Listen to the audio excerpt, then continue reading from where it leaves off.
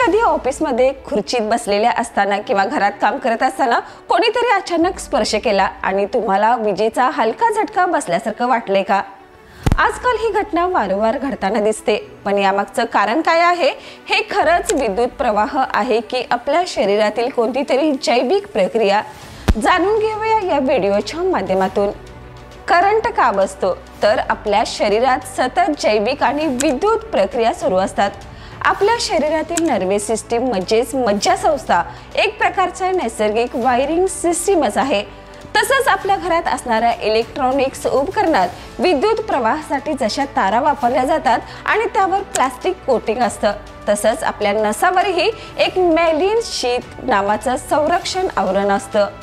जेव्हा आपण एका स्थितीत लांब वेळ बसून राहतो किंवा जास्त वेळ बसून राहतो, तेव्हा शरीरातील इलेक्ट्रॉनिक्स डिस्टर्ब होतात आणि एक प्रकारचं असंतुलन निर्माण होतं।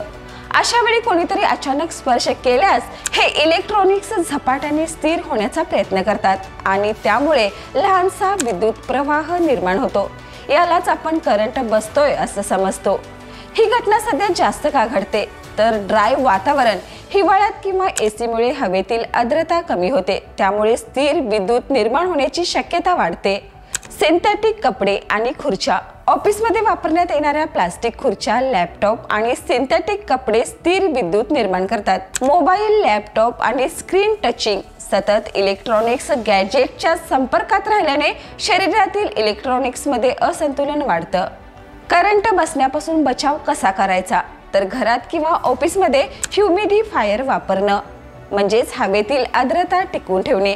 कॉटनचे कपडे परिधान करणे, जे स्टॅटिक इलेक्ट्रिसिटी कमी करतात। खुर्च्या आणि फर्निचर मेटलऐवजी लाकडाच्या वापरणे।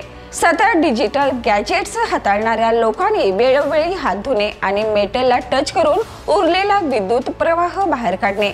ही घटना तशी हानिकारक नाही, पण अचानक लागणाऱ्या या करंटमुळे भीती वाटते।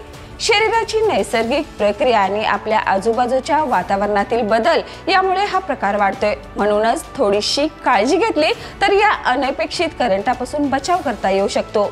अशाच ताज्या अपडेटसाठी पाहत रहा तारा न्यूज।